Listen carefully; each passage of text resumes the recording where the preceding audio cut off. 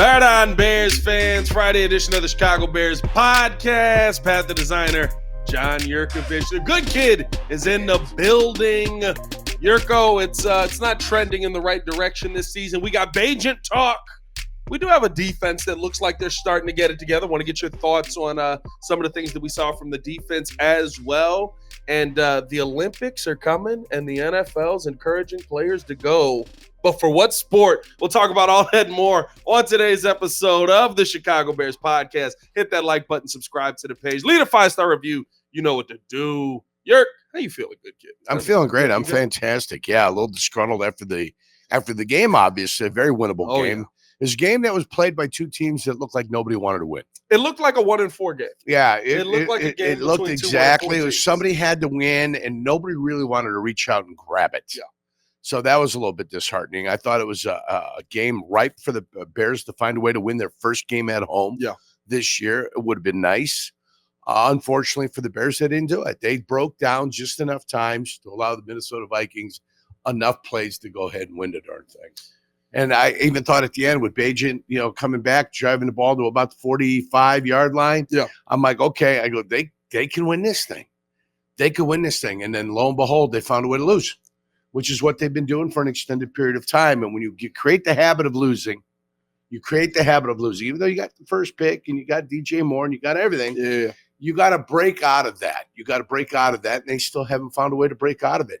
There's 3-4 games this year that the game was a game in the fourth quarter, and they just found a way to piddle it down their pant leg, and that's where they're at.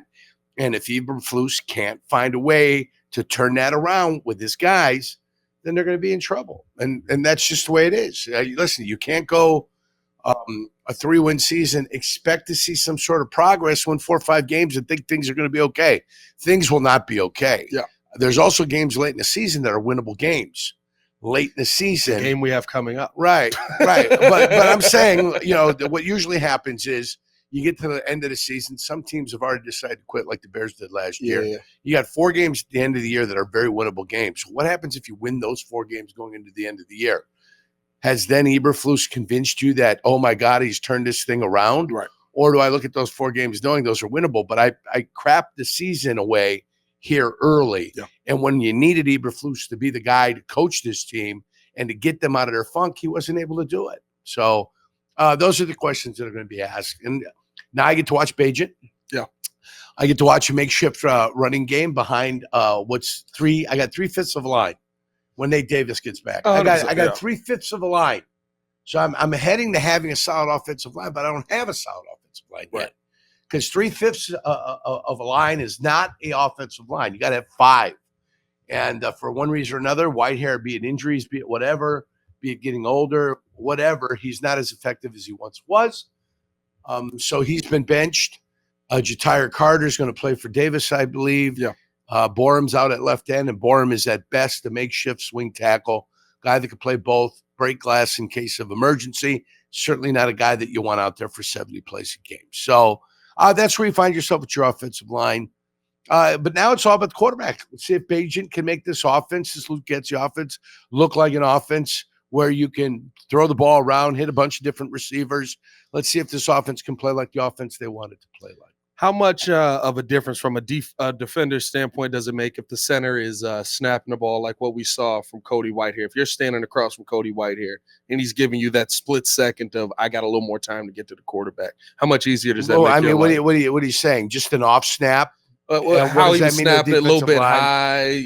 Any sort of dysfunction with an offensive line is an advantage for the defense. Right. Any sort of dysfunction that you can have. Once the ball hits the ground, though, nobody's entitled to a sack. It's called an aborted play. So, as a defensive lineman, you get excited as long as it doesn't hit the ground, because then you can't get a sack. But anytime a dysfunction that disrupts the offensive rhythm of the play is good for the defense, period. That's it. Yeah, it was a lot of that. And I think, to me, the biggest change we saw, and what I guess gets me, I don't know if I want to say excited, but makes me feel like Bagent's transition will be a little bit easier, is they made the switch. To me, they made the switch too late. Should have made the switch at half. Cody Whitehair was terrible in the first half. He was terrible in the third quarter. They make the switch to Lucas Patrick. All of a sudden, you're moving down the field, and we heard Flus on with Waddle and Sylvie talking about how, the center says to protection. Protection looked off all day. We had bigs guarding smalls. We had all the first play of the game, I don't think it was a problem. The first play of the game, they called a rip call. Your quarterback wasn't cognizant of the fact of what was happening, right? Which is unfortunate. It's almost like he didn't know they blitzed 56% of the time. It's almost like he got the snap, just dropped back, and it's like, oh, I got all the time in the world. Yeah. No, you got 6 up front. You got an empty backfield. You got 5 guys coming. The quarterback has to realize what the hell's going on. Out quick. Offensive line was on their page. The only guy that didn't know what the hell was going on was the quarterback. Yeah. So that's on the quarterback. Here's the other thing. For one reason or another, they designed the pass blocking that way. Because when you look at what happened on the interception right before the half, there's no hesitation on the right. Right goes to the outside to block the safety. The running back goes inside to block the guy that's over that was over him. He goes inside. He goes to set. For some reason or another, they designed a concept that was like that because nobody wasn't on the same page. They were all on the same page. I don't know who the hell would do that and who would design that, whether it's Luke Butkus or whether it's Luke Getsy. One of the Lukes is wrong here. You would never have a running back blocking a defensive lineman. It doesn't make a lot of sense.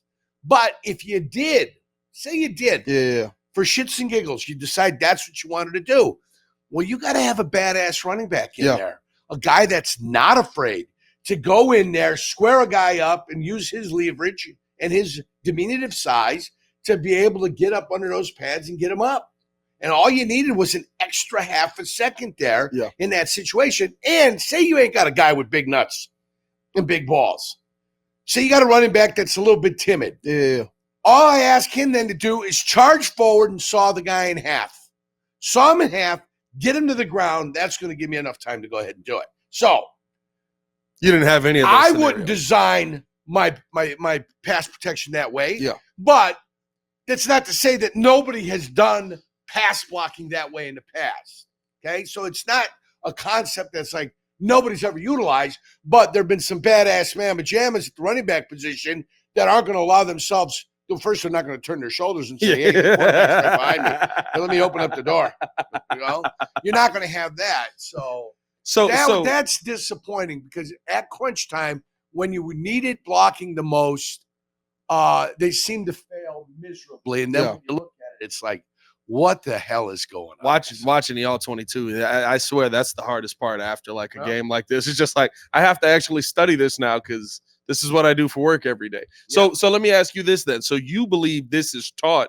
Flus said we do not teach our guys that way. We go bigs on bigs, small on small. He's full of it because obviously they were in lockstep together. Yeah. They were in lockstep. It looked smooth. Right where he was going, he went in lockstep. You just can't depend upon a running back to block the defensive lineman. The big on big philosophy is what I said right after the game. I don't know what's going on. Well, my preference is, and the adage I've always gone by is big on big. Right, you got 5 offensive linemen blocking 4 big guys. And then you can have one on a linebacker if he's blitzing, and your running back's got to be on somebody if they're blitzing. And usually the concept in slide protection is 3 guys taking care. No, what is it? Hold on. 3. Yeah, it's 3 guys blocking 2 and 3 guys blocking 2 when you keep the running back in the slide protection. If the running back doesn't see any threat, he usually loops out and he becomes the swing guy. So that's what you usually have, 3 on 2, 3 on 2. You can handle 6. Right. 6 are coming. You got that blocking scheme for the 6. But if you go empty backfield, you don't have it. And so exactly the way Eberflus described it, you get the snap, you got a rip call, you got to float with the line a little bit. Now he's got to buy himself another 2 steps and then hit DJ Moore right in the flat. Yeah. It's simple. It was easy. He's still missing. At the beginning, I didn't see which routes were run, but once I got a chance to see it, I'm like, look, both of these guys, little sticks, little 5-7 yard, just a stick, throw the ball. Yeah. What are you waiting for? Yeah, and that's been the biggest question around Justin this entire time. I mean, it is because now, right, we get to the backup quarterback, in my opinion, on a play that Justin Fields caused on himself. You're standing back there 6 seconds. You're holding on to the ball. Yeah. There's got to be some kind of internal clock that goes off in your head that goes, hey, I've been back here a while. maybe I should use my athleticism, Yeah, or maybe I we got should a dirt problem. this one and get the heck up out of here. Wait, 1,000, 2, 1,000, 3, 1,000, 4, 1,000. Okay. Yeah. I'm holding this thing for a long time. You know what I mean? And I haven't been able to make a decision to throw. Here's the disappointing thing. He had 7 quarters in 2 games where he looked like a competent quarterback. And I always say replication of performance. So now he repeated it. He had 3 out of 4. Then he repeated it against the Commodores. He had another good 4 quarters. And so now you got 7 out of 8. Now I'm looking for him to go. Commanders. What's the name of the team? The Commanders, Washington. He had 4 good quarters against the Commanders. I always say the Commodores. I love the Commodores. Who doesn't? That's a great group. 4 times. You just caught me off guard with that. They're all great. So either way, that's what he had, right? And now you're looking for replication of performance, and I didn't get the replication of performance. Yes. And it started with the first play. Yeah. Almost like I haven't even looked at the playbook. I didn't watch 1 ounce of film from the Minnesota Vikings. I'm just going to come out here and I'm going to freewheel it. I'm just going to go at it. And now, obviously, he studied. Obviously, he knew they were running blitzing 50 times. Obviously, he knew. But why didn't he do what he was supposed to do? I have no idea. But we didn't get a replication of performance. If anything, we got a reboot back to the struggles of earlier this year and last year. And that's not good. It's not good. You got to find some answers there at the quarterback position. We get Bagent this week. I don't know if that's going to be any answers here, but you've played with a number of backup quarterbacks in your day. How do you ease these guys in, make their lives easier? First of all, you don't. Secondly, if you can establish the run, you make life a little bit easier for these guys. I played Jonathan Quinn, Jamie Martin were backup quarterbacks for us down in Jacksonville. Rob Johnson went up to Buffalo and won a pretty good game for us. No, it was Baltimore. We played Baltimore Ravens in old Baltimore Memorial Stadium, the old baseball field. We played them there, and Rob Johnson came out and won a pretty important game for us there. In Green Bay, Favre was the starter. They only pulled him once, and they pulled him to play Brunel against the Minnesota Vikings up in Minnesota. Brett was ineffective. He had hurt his hip. Bruni came in there. It didn't go much better. Henry Thomas, Roy Barker were on the line, Chris Dolman, and John. Oh, he had a bad day. And John Randall. He had a bad day. And then John Randall's over there barking. And then the guys over there, and then Frankie and Harry Galbraith and Doug Weidel, they're trying to settle everything down in there, but couldn't always settle things down. But, yeah, no, I've had a handful of backups play over the course of time, and I've had backups win games. Yeah. They come in and win games. What usually happens with a backup quarterback is they get a couple of weeks of film on them, and then they kind of figure out what the backup quarterback does. Like Fitzpatrick when he used to come in. Oh, it's Fitzmagic. It's Fitzmagic until the 3rd game.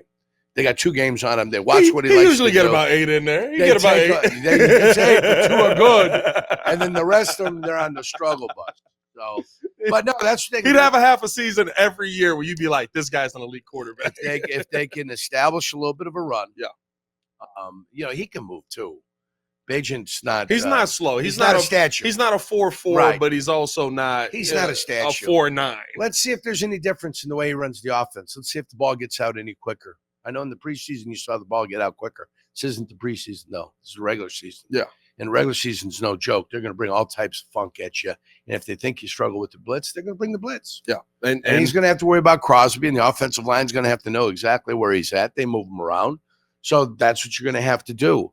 You got to be stout, preferably in the middle, and give Bagent a chance to climb the pocket if the pressure's going to come from the edges. And we'll see if it's different if he gets rid of the ball. I mean, only time will tell. You've talked about a lot, right? Coming into the game for the first time, getting that opportunity as a young player and how fast the game is moving. How does Luke Getsy and this offense help the game slow down a little bit quicker for him? Because he's not going to get a chance to just adjust into this one. He's getting thrust in versus Max Crosby, who's going to be in. This is what he has, though. He got thrust into the game last week. Yep. This week, he's got a full week of preparation. He's got a full week of, hey, this is what I'm going to be doing. I'm going to get all the reps. I'm going to see a lot of the looks. I'm going to go through that process. So as he's going through that process, that's what he's going to have. So he's got a whole week of preparation going into this game. He didn't have that last game. He got thrown in cold, and it's like, hey, time to perform. Figure it out. And now you're through his brain. He's running because you're in relax mode over there. You're still going through the game. You're going through the plays, and you're saying, okay, let's see what's the coverage. this is where the football should be. Let's see if we get the football there. You're doing that on the sidelines. But now then all of a sudden you get in a game. Now it's for real. Now you're not seeing it from the sidelines. Yeah. Now you're in there, and you might have to run for your life. And so at least now he's got a week to prepare.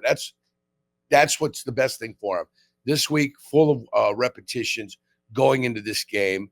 And then, hopefully, like I said, you'll know you got yourself something going if he's got 4 or 5 different receivers of the ball, and he's distributing it to the open man, and he's distributing in the right time frame. Yeah, that's what you're hoping for. The one thing that I've said is I want Justin to be successful here, but there hasn't been a ton of success. Right, we're 5 wins. Hasn't had a bunch of games. We saw the 2 games where he threw the football elite. Hasn't had a bunch of games where you look at it and go, "This guy is consistently going to be this level of elite quarterback." Is this Tyson Bagent's possible job to win, especially knowing that if things don't go well here for Flus, he's probably out of here by the end of the season. For Tyson Bagent, this is a chance to impress the league. That's what this is a chance for. Not necessarily win the game and win the job here in Chicago. It's his chance to impress the league. Same way Purdy got an opportunity, came in and did what? He impressed the league. Yeah. And then all of a sudden Jimmy Garoppolo became expendable and Trey Lance became expendable. Yeah. So that's what his job is. His job is to go out here, fly by the seat of his pants and do the best job he can to impress the world that he could be a starting quarterback in the NFL. So that's the opportunity he gets. Justin Fields, when he gets a chance, there's question marks. He's got to answer the questions, whether he likes it or not. Yeah. He's got to answer the questions. What has Justin Fields impressed the NFL with? His legs. Right. His ability to run. Yeah. His ability to bring it down and be a dynamic playmaker via his legs. And off of his legs and on broken plays. Because on broken plays, he's pretty good. When he buys himself a little bit of time. Yeah. And then all of a sudden, boom, a receiver pops free and he finds the open receiver. So with his legs being dynamic on the run and with his legs buying himself some time, not getting past the line of scrimmage and throwing some balls. I mean, that's where he's been dynamic. He hasn't been dynamic in a historic sense of being able to get the ball in the shotgun, hitting the back foot and firing the ball in rhythm, in 2.5 seconds. Right. Hadn't been able to do that. And I think that's the part that confuses me about scheme on top of it, right? Because I feel like there were a lot more short routes in the last 2 games than what we saw in the Vikings game and in Justin in general, right? Because it seemed like in the last 2 games, that clock was there. The ball was out 2.7 seconds, I believe, was the most amount of time he had held the ball in those last 2 games. Like, that's what you want to see from him. The quick decisions. Okay, hey, there's nothing there. I'm gone. We got to go. We haven't seen that. That's why, to me, Tyson Bagent gets this opportunity because in his first run, right, he's letting the football fly. There's not a lot of options. Right. Your dilemma and your problem with, what you did the last 2 games, first play of the game was perfect for him to get rid of the ball in 2.7 seconds. And he didn't. Yeah. He held on to it. Like he didn't know what was going on. Exactly. That's the problem. So no matter what you design, if it's not going to be executed and, the coaches won't throw a player under the bus, but when they look at film, every one of those players knows what should have happened. Yeah. When I played, I knew whose fault it was. Now, you didn't say it. You just kind of acknowledge it and you go on about your business. Yeah. And when it's your fault, you're going to have to wear it. Sometimes the coach replays it and replays it again. Poor week for Cody Whitehair. Yeah. Sometimes you get you get your lunch eaten and then guess what? They get to sit there and they get to blank with you. But those guys do it with each other. There's a camaraderie there. It's when we see it, with social media now, the Cody Whitehair thing, blocking nobody, then blocking his teammate. Oh, that happens more often than you realize. Really? Oh, yeah. We always had the old adage was, it was funny that coach would yell at us. He goes, go out there and hit somebody. He goes, even if it's your own teammate, just hit somebody. He goes, don't go out there and do nothing. So, we used to crack up. And what he meant was look for somebody to engage. Yeah. Go out there and play. And sometimes you end up hitting your own guy. So that you don't show I up laughed. on the film. When I saw it, I laughed. Yeah. I know it happened more than once. Yeah.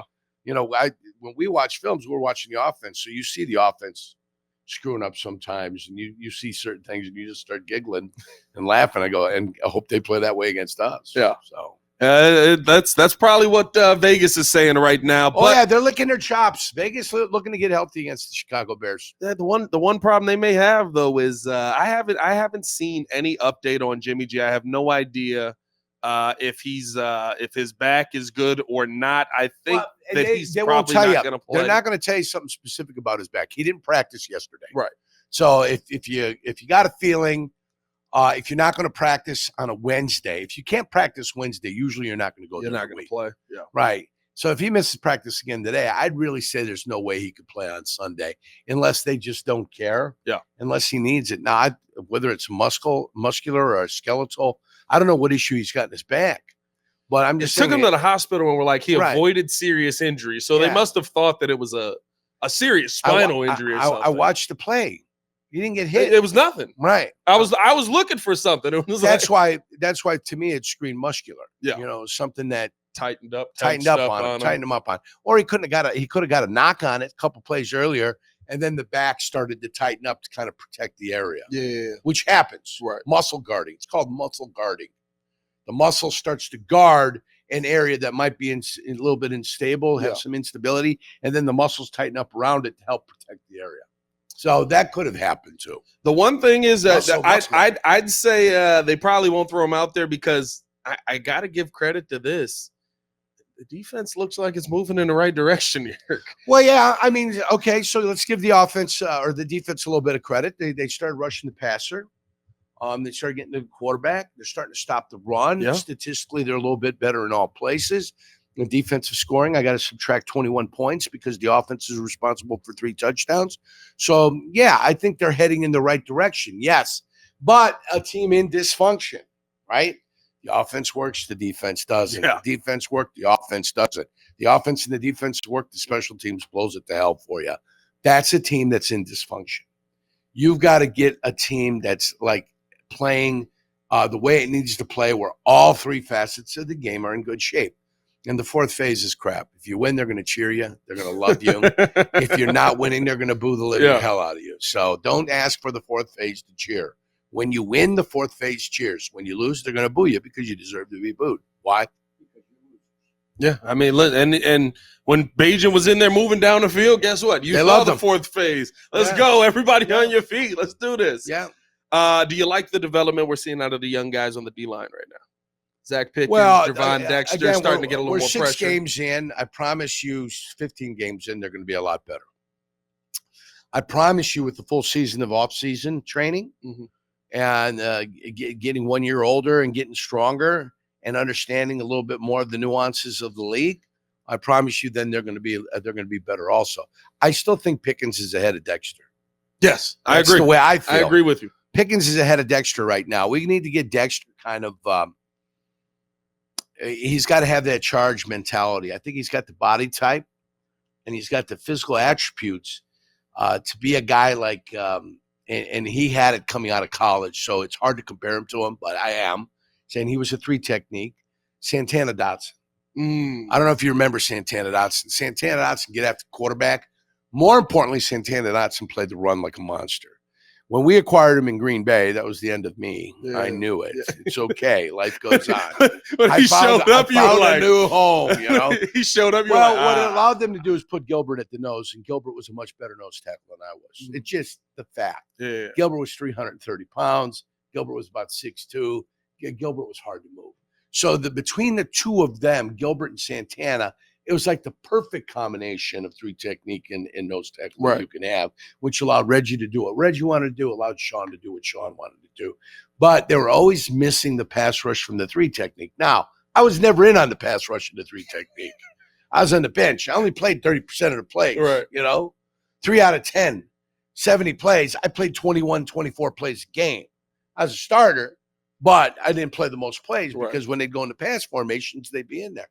But that's what Dexter can become, and that's what you got to kind of think of.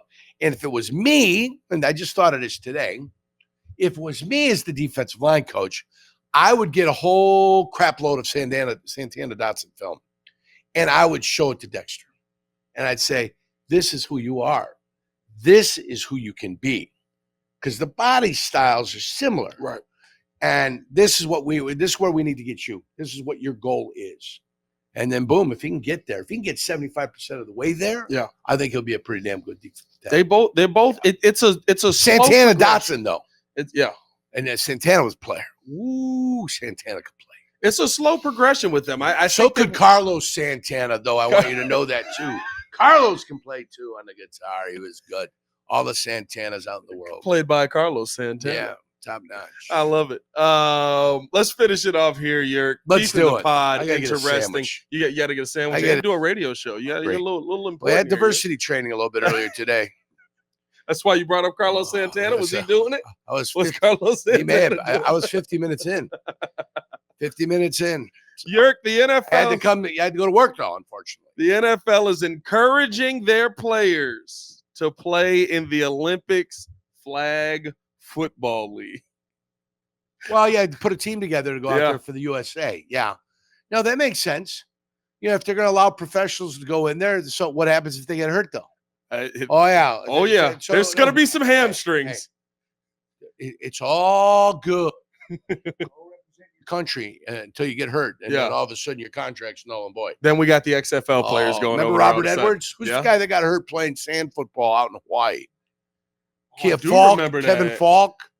Was it Kevin Falk? Was it Robert Edwards? New England Patriots player, rookie, was out in Hawaii. He was playing sand football. He almost lost his leg. Yeah, you remember that? Yeah, playing flag football on the sand, and he went up to catch a pass. His foot he landed, it got stuck in the sand, and it twisted around. Kind of like our guy, the tight end that we had here in San Diego that had his knee go to smithereens. Not in San Diego, New Orleans. Zach Miller. Kind of like Zach Miller. Yeah. That kind of. Robert Edwards is the guy. There you go. So, it's all fun and games. Go play in the Olympics. It's 2028. Yeah, 2028. Yeah. Or it's 2028. Go play in the Olympics. Oh, you got hurt. Sorry. So just a little bit of a game that they're playing there. Yeah. And it's not like any big guy's going to be able to go play, right? Is there blocking in flag football? Like, is there going to be some blocking there? Or are we just going all positioning quarterbacks? I'm going to have you know, in Calumet City, we played flag football. I was in second grade. I played flag football, 7 years old. And it was like 9 and under. And there was a team of girls. Shelly Coonan, Caslin, Jody something or another. Good athletes from Shrub. They're in our area. Maybe Hoover, then they go to Shrub. Junior high. We're playing them in a championship game. We got a pretty good squad. We're mostly second graders. They're all fourth graders. They kicked our ass. I'm telling you, they kicked our ass. Memorial Park, it was nighttime, it was October or November, so it did start before 30 like it does. Yeah. And they're running up and down the sideline. Shelly Keenan's the quarterback, pitching to Caslin. It was ridiculous. It's stuck with you. I'm trying to get a flag. I couldn't get. We got a second place trophy. There's a little football. I threw in the garbage. It's stuck with you. Yeah, you get a second place trophy. We finished second. We didn't finish first. Yeah. You know when I was a swimmer, you know which ribbons I kept? The blue ones. Yeah. The blue ones because you were a champion. Yeah. I get a red one. I got a green one time. You know what green's for? You showed up. 5th place. Ugh. Who's handing out a 5th place ribbon for swimming? You showed up. Yeah. The blue ones. When I won, give me the blue one. I put the blue ones up. Well, you never finished second? Oh, I finished second a lot. They're all in the garbage. How about third? Yeah, they're in the garbage right next to them. You talk about second place. Who's the country that could actually compete with America in flag football here? Well, Germany, probably. Little Australia, little rugby action. Maybe Australia. But remember, flag football is totally unique to itself. Yeah. It's not physical. It's more about speed. It's more about, you got 5-6 guys in a pattern. So, it's a speed thing. So anybody who's got speed will be able to compete. So, and you never know. Like I could play, if they're bringing flag football, I can join a team of Croatians and play. Yeah. Because my parents and my grandparents were from over there. So I could play for Bosnia and Herzegovina. I could play from Croatia. Yeah. So you could put a team of Americans that have played football, put them together and go out there and represent Bosnia and Herzegovina. Say, hey, we're not going to tax you, or Croatia. Yeah. We're not going to tax you. Just give us the jerseys, and we'll represent your country proudly. And we'll make everybody learn the national anthem. That way, if we win a medal, we have to be able to sing the national anthem.